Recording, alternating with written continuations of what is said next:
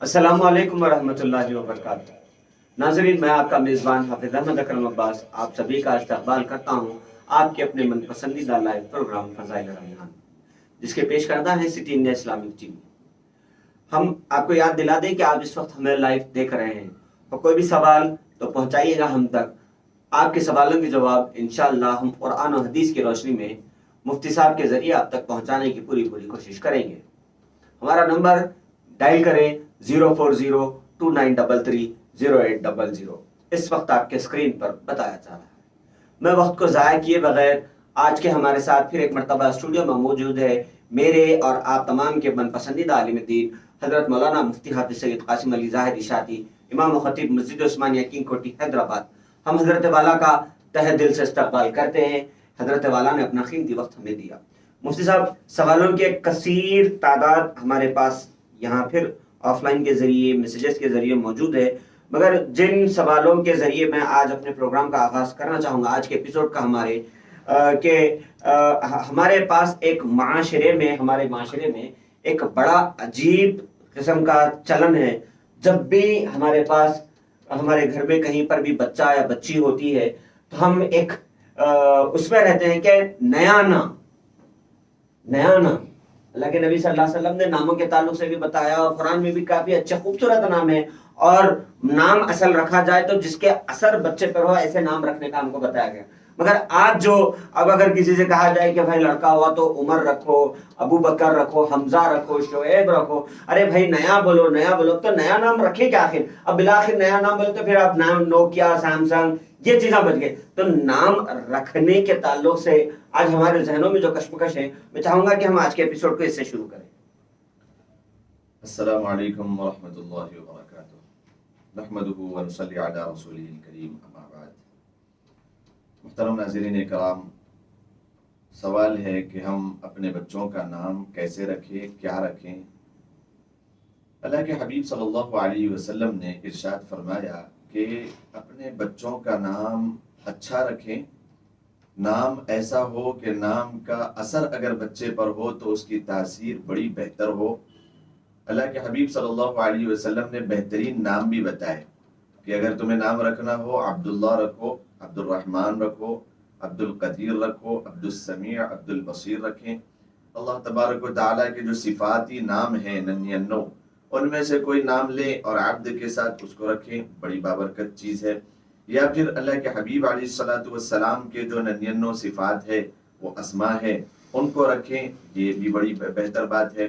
آج کل لوگوں میں یہ بات چلی ہے، جیسا ابھی سوال میں یہ بات آئی ہے کہ نئے نام کی فکر ہوتی ہے، اور پھر میں کئی مرتبہ کئی لوگوں کے نام کو بیٹھے بیٹھے چینج کرتا ہوں، اور میں یہ کہتا ہوں کہ یہ شرارتیں اور یہ اداسیاں اور یہ جتنی بھی بچے کے اندر شیطانیت ہے، یہ نام کے اثر کی وجہ سے آپ نے جو نام رکھا ہے۔ کئی مرتبہ میں نے کئی ایسے ناموں کو دیکھا، اور مشکل ہونے کے باوجود میں نے یہ حکم دیا، میں نے یہ بات کہی ان کے ماں باپ سے کہ نام رکھا کس نے ہے؟ یہ تو ان کی دادی نے رکھا ہے۔ تو ان کی دادی کا نام پھر میں نے دریافت کیا تو ان کے دادی کا نام کچھ ایسے آ گیا، اللہ بخش، رحمان بخش، یا پھر ان کے دادی کا نام کچھ ایسے عجیب و غریب نام آ گئے۔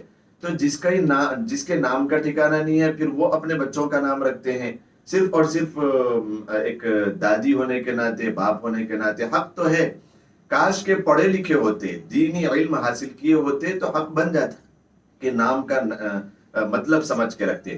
جب نام کا مطلب نہیں معلوم ہے تو پھر نام اس طریقے سے رکھ دینا۔ امیر المؤمنین حضرت عمر فاروق رضی اللہ تعالیٰ عنہ کے دور میں ایک لڑکا اپنے باپ کی شکایت کے لیے آیا۔ باپ کی شکایت کے لیے آیا کہ امیر المؤمنین عمر فاروق رضی اللہ تعالیٰ عنہ، میرا باپ بیٹے کی شکایت کے لیے آیا کہ میرا بیٹا مجھے پیسے نہیں دیتا اور میرا حق نہیں دیتا اور مجھ پر ظلم زیادتی کرتا ہے اور مجھے گھر سے نکالنے کی بات کرتا ہے۔ تو باپ نے بیٹے کو بلا لیا، حضرت امیر المؤمنین نے بیٹے کو بلا لیا کہ کیا وجہ ہے، تم باپ کے حقوق ادا نہیں کرتے اور ان کی فرما برداری نہیں کرتے۔ تو بیٹے نے جو باتیں کہی وہ بڑی غور کرنے کی بات ہے۔ بیٹے نے اس محفل میں یوں کہا کہ امیر المؤمنین پہلے میری بات سنیں کہ کیا باپ کے اوپر بھی بیٹے کے کچھ حق ہے؟ تو امیر المؤمنین نے کہا کہ ہاں حق ہے۔ تین بنیادی حقوق میں سب سے پہلا حق یہ ہے کہ بیٹے کا نام اچھا رکھا جائے. پہلا حق. بیٹا سوال کر رہا ہے امیر المؤمنین سے کہ آپ فیصلہ کرنے والے اگر ہیں تو میری بات پہلے سنیں. سب سے پہلا حق باپ کے اوپر کیا ہے؟ تو پہلا حق امیر المؤمنین نے کہا کہ نام اچھا سا رکھے. اور دوسرا حق یہ ہے کہ جب اپنے لڑکے کی ولادت کے لیے جس ماں کو وہ اپنی حیات کا اپنی زندگی کا ہم سفر بنا رہا ہے وہ بھی اچھی جو ہے نا چن کر لے کر آئے. جو دیندار ہو تو بیٹے کی تربیت کرے. اور تیسری چیز یہ ہے کہ اس کی تعلیم وغیرہ دے، تعلیم اور تعلم کا انتظام کرے، تربیت کرے. یہ تین حقوق تو بنیادی طور پہ ہے. پھر جب بڑا ہو جائے تو نکاح وغیرہ کر کے ایک اچھی لڑکی کے ساتھ، دیندار لڑکی کے ساتھ نکاح کر کے دے دے. یہ حقوق تو بنیادی طور پہ ہے. تو امیر المؤمنین رضی اللہ تعالی عنہ سے اس بچے نے سوال کیا کہ آپ پوچھیں، میرے باپ سے پوچھیں. جو پہلا حق تھا کہ ماں کو وہ لے کر آتا دیندار اور نیک صالح تاکہ اس کی گود میں میری اچھی تربیت ہوتی، آپ پوچھیں کس کو لے کر آیا ہے. تو پوچھا گیا کس کو لے کر آئے. تو اس آدمی نے کہا، باپ نے کہا کہ میں ایک باندی اور لونڈی کو میں نے نکاح کیا تھا جو بالکل اس کی ہی تربیت نہیں تھی. اس کی اپنی زندگی کے حقوق اس کو آدھے نصیب ہوتے ہیں. تو بیٹے نے کہا کہ جب اس کو ہی اپنے حقوق پورے حاصل نہیں ہوتے تو وہ میری کیا تربیت کرتی، میں کیا اس کی گود میں تربیت حاصل کرتا. تو دوسری چیز، میری تربیت نہیں ہوئی، اس وجہ سے میں ایسے کر رہا ہوں. دوسری چیز، نام یہ حق ہے تو میرا نام اس نے کیا رکھا؟ گوبریلا. اردو میں اس کا ترجمہ ہوتا ہے گوبر کا کیڑا. یہ اس نے میرا نام رکھ دیا. تو اب گوبر کا کیڑا میرے اندر اثر ہوگا تو میں بھی تو ویسے ہی سرکش ہوں گا، میں ویسے ہی جو ہے نا بدماش ہوں گا، شرارتی ہوں گا. تو میرے اندر جو شرارت ہے وہ تو بخوبی ظاہر ہے کہ باپ نے میرا حق ادا نہیں کیا، اس وجہ سے ہے. تیسری چیز، تعلیم اور تربیت کا انتظام کرتا. چھوٹے ہی رہنے سے مجھے باپ نے کام پہ لگا دیا تو آج تک میں کام کر رہا ہوں. تو میں باپ کے کیسے حقوق ادا کرتا جبکہ اس نے میرے حقوق ادا نہیں کیے.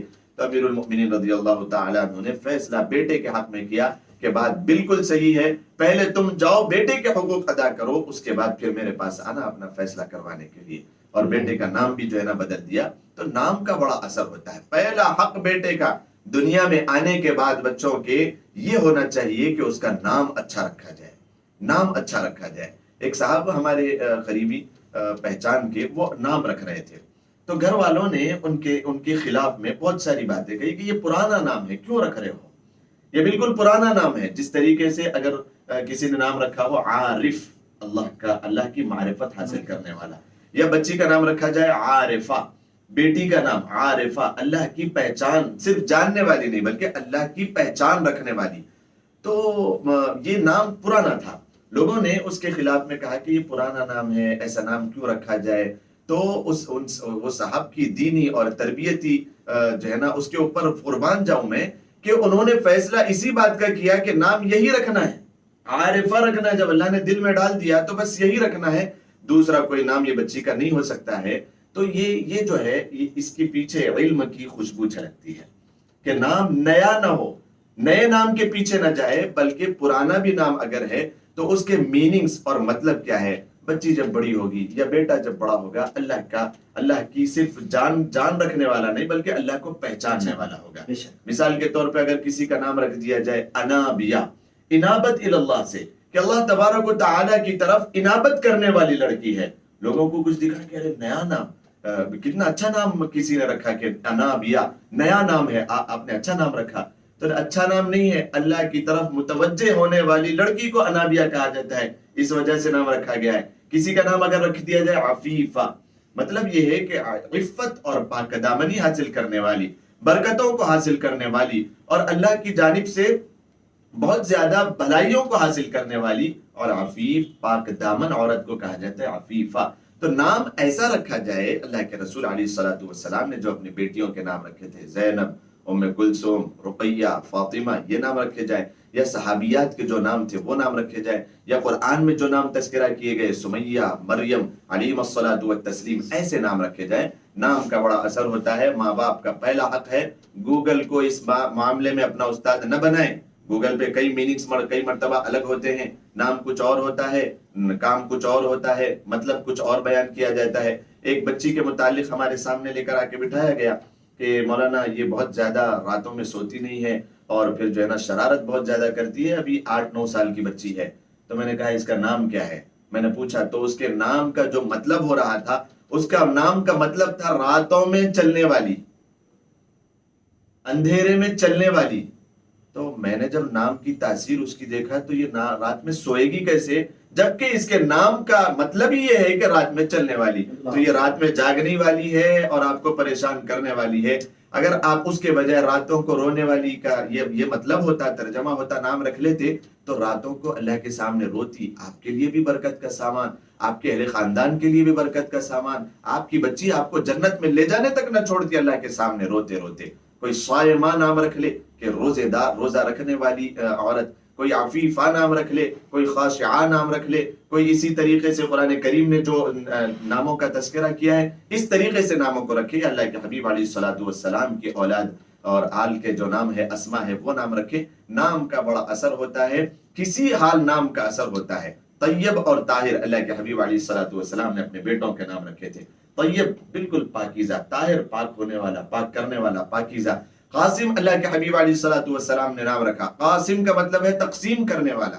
جب اس کی نفس میں اور اس کی جان میں یہ بات ہوگی، پہ سرایت ہوگی کہ وہ تقسیم کرنے والا ہوگا، بانٹنے والا ہوگا، تو وہ خود بھی مالدار ہوگا اور جتنوں کو وہ بانٹے گا اس کا اجر پورا کا پورا اس کو ملے گا۔ تو بہرحال نام صحیح رکھا جائے۔ بعض لوگ یوں کہتے ہیں کہ نیا نام ہونا چاہیے، نیا نام ہونا چاہیے، جس طریقے سے ابھی حافظ صاحب نے کہا کہ کوئی سیمسنگ نام رکھ لے، نوکیا نام رکھ لے، نیا ہی نام ہونا ہو۔ تو میرے سامنے کسی نے کہا کہ مفتی صاحب نیا نام چاہیے، تو میں ان کو کہہ رہا ہوں کہ عبداللہ رکھ لے، تو نہیں نیا نام کوئی ایسا آج تک نہ سنا ہو۔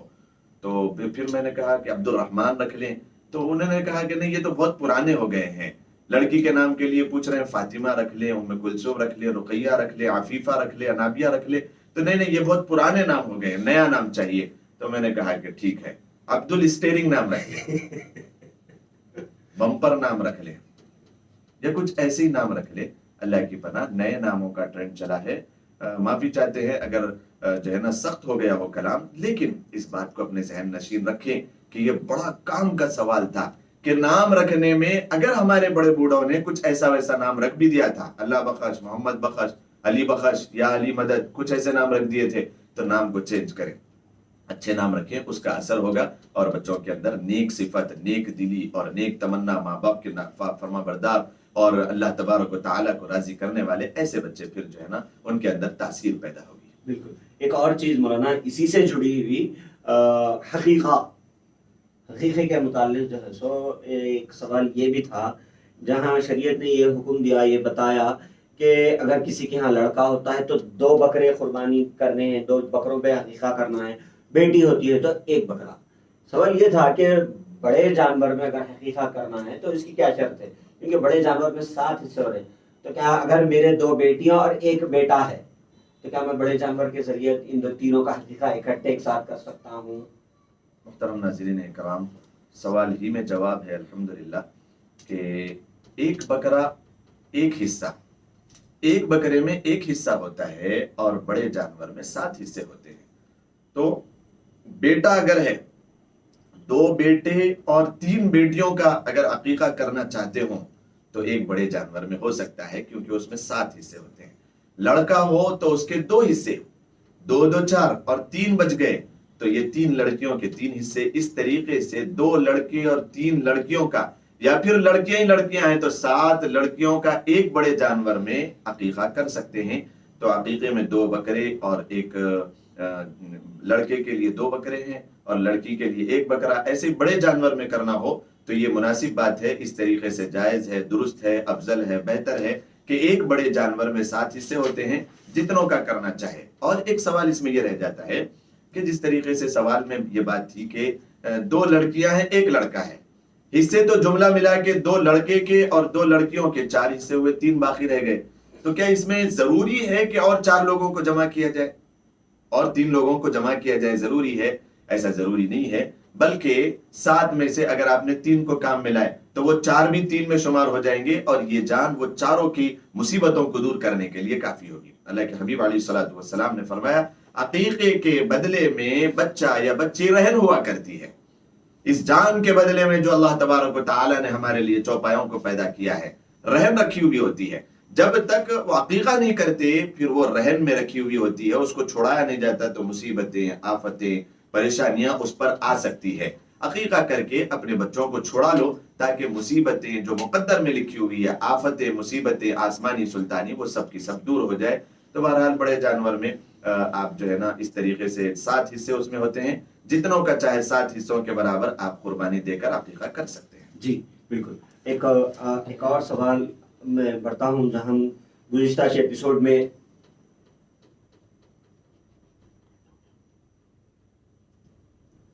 ڈسکنیکٹ کر